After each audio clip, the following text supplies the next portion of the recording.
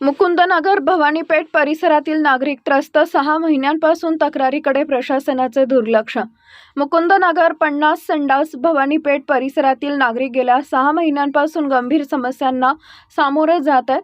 परिसरातील सांडपाणी व जलनिचरा व्यवस्थित न झाल्यामुळे नागरिकांच्या घरात पाणी शिरते। या संदर्भात संबंधित अधिकारी फत्तेवाले साहेब यांच्याकडे वारंवार तक्रार करण्यात आली असून अद्याप कोणतीही ठोस कारवाई झालेली नाही।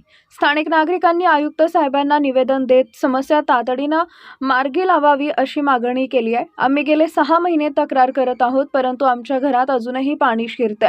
लहान मुलं, महिला आणि वयोवृद्धांना याचा फार त्रास होत आहे। आरोग्य धोक्यात आलंय। आयुक्त साहेबांनी व्यक्तिगत लक्ष घालून आमच्या समस्येचं निवारण करावं हीच आमची अपेक्षा आहे, असं नागरिकांनी सांगितलंय।